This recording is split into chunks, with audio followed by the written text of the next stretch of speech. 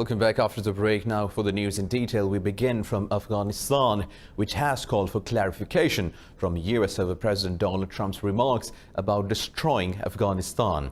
On Monday, Trump said he could win the war in just 10 days by wiping out Afghanistan from the face of the earth. A statement issued by President Ashraf Ghani's office said the Afghan nation would never allow any foreign power to determine its fate. It praised US peace efforts, but said Afghanistan would remain a dignified participant in the global political arena. The statement comes ahead of US envoy Zalmay Khalilzad's arrival in Kabul today to further the peace process. Khalilzad said Washington will ensure terrorists do not use Afghan territory to threaten the United States. He said sacrifices made by the US and its allies must be honored to cement an enduring relationship with Afghanistan. The UK will today discover the identity of its new Prime Minister 2 months after Theresa May said she would step down. The result of the ruling Conservative Party leadership ballot will be announced in London just before midday. The victor will officially become Prime Minister tomorrow. Boris Johnson is still the favourite to beat Jeremy Hunt. The month-long leadership campaign has been dominated by arguments over Brexit. Johnson favours adhering to October 31st Brexit deadline agreed with the EU, with or without a deal. But Hunt has suggested they might delay Brexit rather than drop out without an agreement.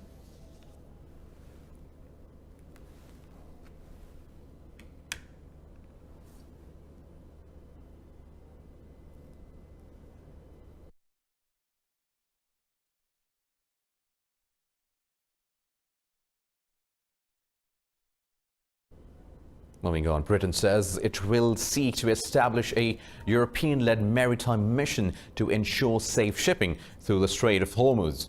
Speaking in Parliament, Foreign Minister Jeremy Hunt said there will be no compromise on freedom of navigation. More in this report. London and Tehran are at loggerheads on the issue of seized tankers. Both countries have accused each other of violating international law. Hunt says the seizure of a British oil tanker by Iran is an act of piracy. The foreign minister says he has held constructive discussions with a number of countries over the creation of the mission. He says the new force will only protect energy supplies and will not be meant for any aggression against Iran. The new force will be focused on free navigation, bearing in mind that 1/5 of the world's oil, 1/4 of its liquefied natural gas, and trade worth $500 billion passes through the Strait of Hormuz every year. It will not be part of the US maximum pressure policy on Iran because we remain committed to preserving the Iran nuclear agreement. But he warned that if Tehran does not change its path, it will pay the price. So if Iran continues on this dangerous path, they must accept the price will be a larger Western military presence in the waters along their coastline, not because we wish to increase tensions. Iran seized a British oil tanker in the Strait of Hormuz last week, while Britain seized an Iranian tanker off the coast of Gibraltar 2 weeks ago. Meanwhile, Japan says its forces will not join a US proposed maritime coalition to police the Gulf. This comes a day after US National Security Advisor John Bolton met Japan's Foreign Minister Taro Kono. Chief Cabinet Secretary Yoshihide Suga says Japan's stance on the Gulf crisis has not changed. Earlier, Prime Minister Shinzo Abe said Tokyo wants to play its role in reducing tensions between the United States and Iran. In June, Washington proposed a multinational coalition to bolster maritime security in the Gulf.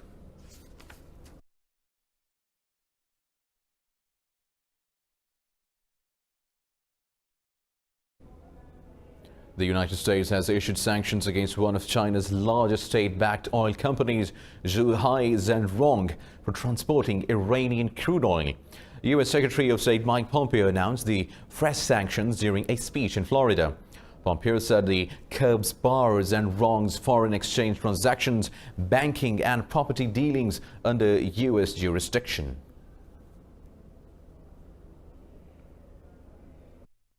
And today, as part of that maximum pressure campaign, I'm announcing that the United States is imposing sanctions on the Chinese entity Zhuhai Zhenrong and its chief executive, Yumin Lee. They violated U.S. law by accepting crude oil. We've said all along that any sanction will indeed be enforced.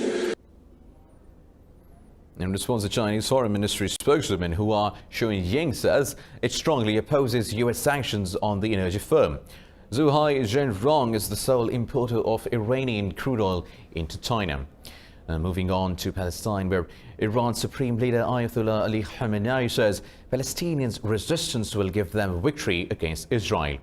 Meeting with Hamas deputy head Saleh Arori in Tehran, Khamenei criticized the U.S. peace plan. He said the U.S. deal of the century is a dangerous conspiracy to destroy Palestinian identity with money. In a Bahrain conference last month, the U.S. unveiled its plan to end the Israel-Palestine conflict through investments. Moving on, 8 people have been killed in clashes between Shia Muslim protesters and police in Nigeria's capital, Abuja. Islamic movement supporters took to the streets to call for the release of its leader Ibrahim Zakzaki, held since 2015. During the clashes, police fired live ammunition and tear gas, and protesters threw petrol bombs. A journalist and a policeman are among the dead. Police said 54 protesters were arrested. Amnesty International has condemned the police action, calling it a reckless use of force against freedom of speech. IMN members regularly protest in Abuja to demand Zakzaki's release. Supporters claim the police opened fire on a peaceful demonstration.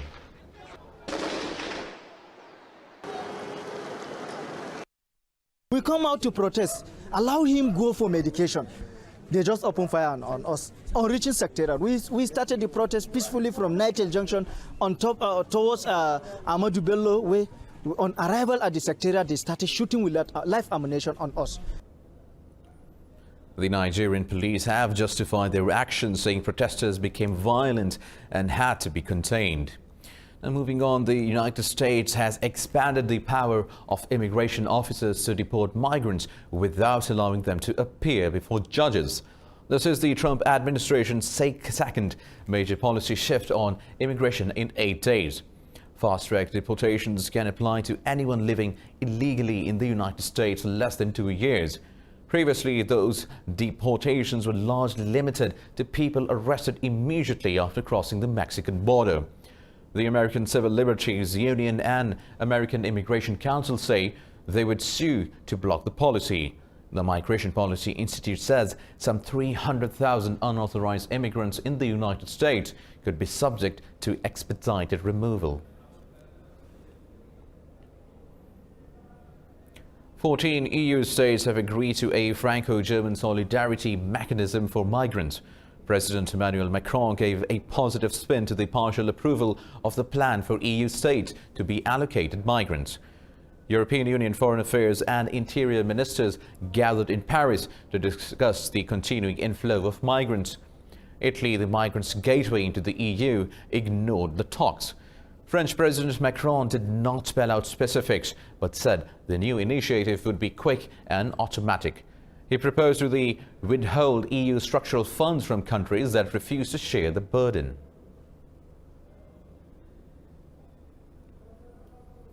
South Korea says its warplanes have fired warning shots at Russian military planes after they violated its airspace. Acting Russian ambassador was called to the foreign ministry after a Russian military aircraft allegedly violated South Korean airspace. The defense ministry says multiple Russian aircraft violated South Korean airspace off its eastern coast. The ministry says it was the first such intrusion by Russian warplanes. Russia's defense ministry denies the allegation, saying all flights were in accordance with international law. North Korea's leader Kim Jongun has inspected a new submarine to be deployed close to planned U.S.-South Korea military drills. Kim paid special attention to the boat's combat weapons. This comes days after Pyongyang warned the joint exercises in South Korea could derail nuclear talks with Washington. Seoul says the drills with U.S. forces will go ahead next month despite Pyongyang's threat.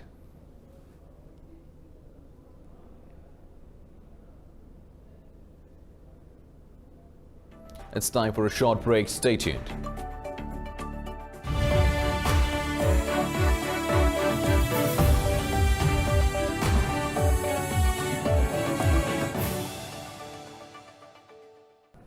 Welcome back after the break. Now moving on with news stories. US President Donald Trump has accepted an invitation to visit Pakistan. Pakistan's Foreign Minister Shah Qureshi says the invitation was extended by Prime Minister Imran Khan. In a press brief in Washington, Qureshi said Khan's US visit was a success. He said both sides have expressed joint resolve to work on peace and stability in Afghanistan and South Asia. Qureshi said both sides agreed to build enduring trade and defense ties.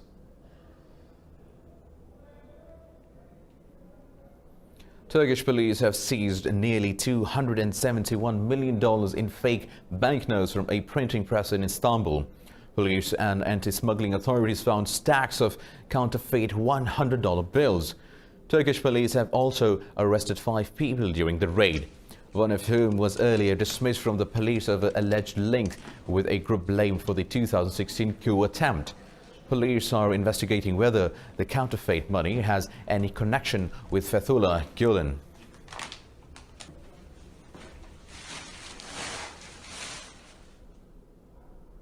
Congo's Health Minister Ali Lunga has resigned in protest over the government's handling of the Ebola outbreak. The health minister resigned after the president stripped him of responsibility for managing the country's Ebola outbreak. In his resignation letter, Ali criticized interference in the management of the Ebola crisis, which is the second deadliest in history. Ali has overseen the nearly year-long response to Congo's latest Ebola epidemic. It has killed more than 1,700 people and infected 800 others.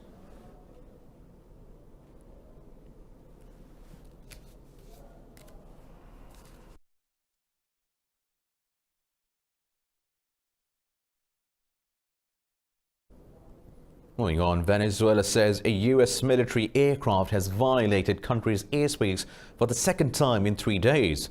Communications Minister George Rodriguez says a U.S. warplane entered Venezuelan airspace over the northern coastal city of Macron. He says Venezuelan Air Force jets intercepted the U.S. plane and chased it away. He claims a similar aircraft intruded in the Venezuelan airspace on Friday.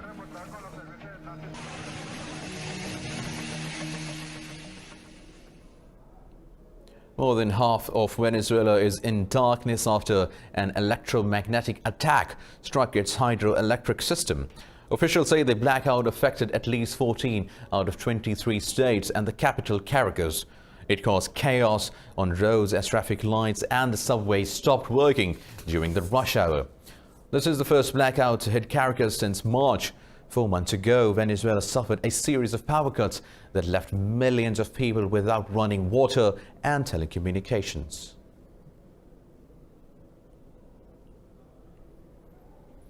In Puerto Rico, protesters are demanding Governor Ricardo Rossello resign over offensive chat messages. Rossello has already announced he will step down as head of the new Progressive Party, but this has had no effect on protesters who are demanding he quit immediately.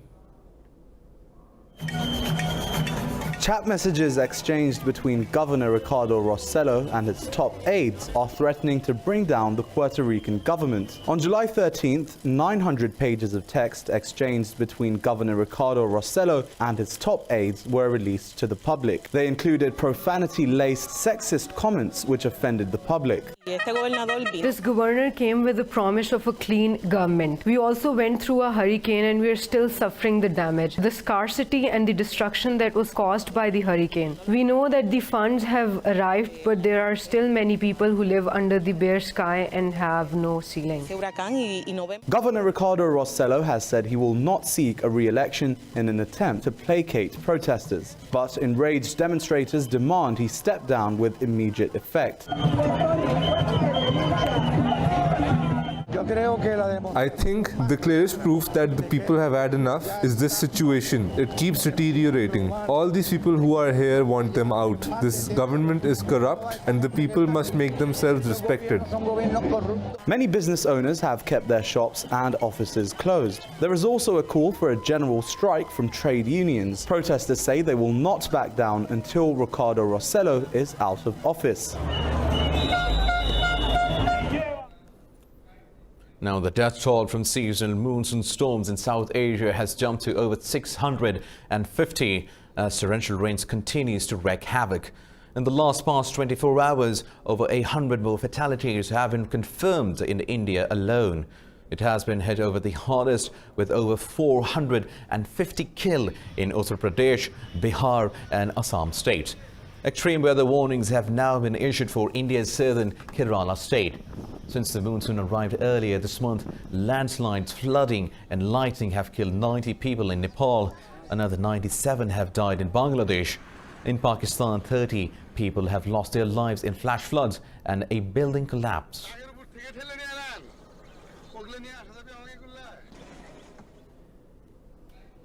The EU climate watchdog has issued an extreme weather warning ahead of another spell of very hot weather.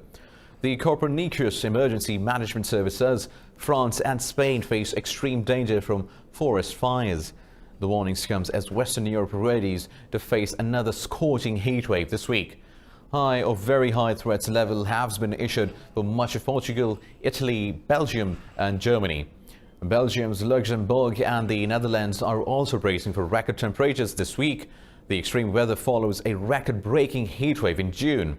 The spell saw France record its hottest ever temperatures of 46 degrees Celsius, followed by major wildfires in Spain and Portugal. Now, Belgium is hosting Europe's biggest living statue festival.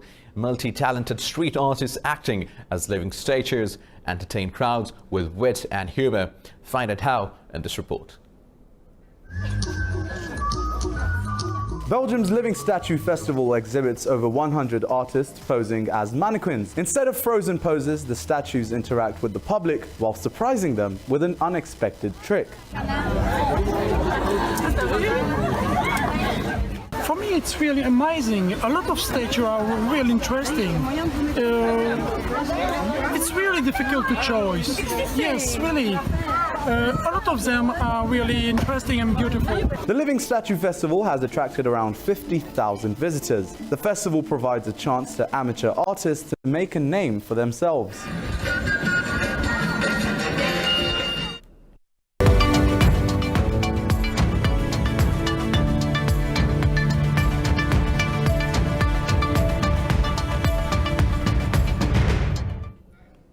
The United Kingdom has postponed its decision on Huawei's role in building its next-generation 5G mobile networks.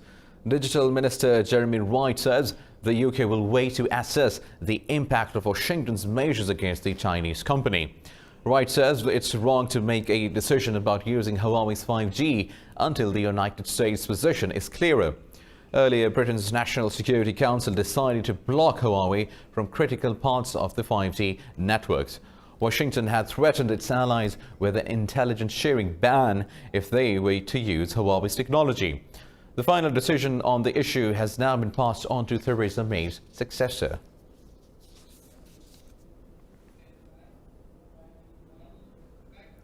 Greece's newly elected Conservative government has dodged a bullet, winning a confidence vote on its economic policy. In a bid to end austerity, Parliament has announced a series of earlier than expected tax cuts. The policy was approved by all 158 ruling party MPs in the 300-seat Parliament. Prime Minister Kyriakos Mitsotakis' New Democracy Party won a landslide election on July 7th. He pledged to cut taxes and boost growth in an economy which shrank by a quarter during a protracted debt crisis. Now, Asia-Pacific stock markets have edged up as investors await the outcome of a forthcoming U.S. central bank decision on interest rates. Japan's Nikkei 225 index has added more than 1%, while mainland Chinese shares have edged up. Hong Kong's Hang Seng and South Korea's Kospi are also trading fractionally higher. In Europe, the FTSE 100 gained a little. Oil prices inched up in Asia amid lingering tensions in the Gulf.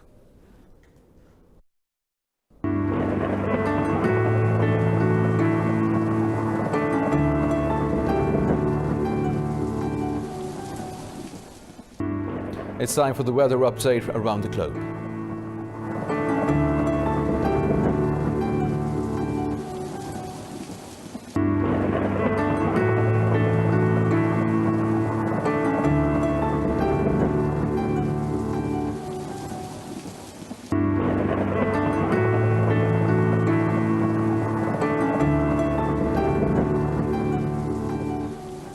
With the weather update, we come to the end of this bulletin. For more news and updates, you can keep watching Indus News.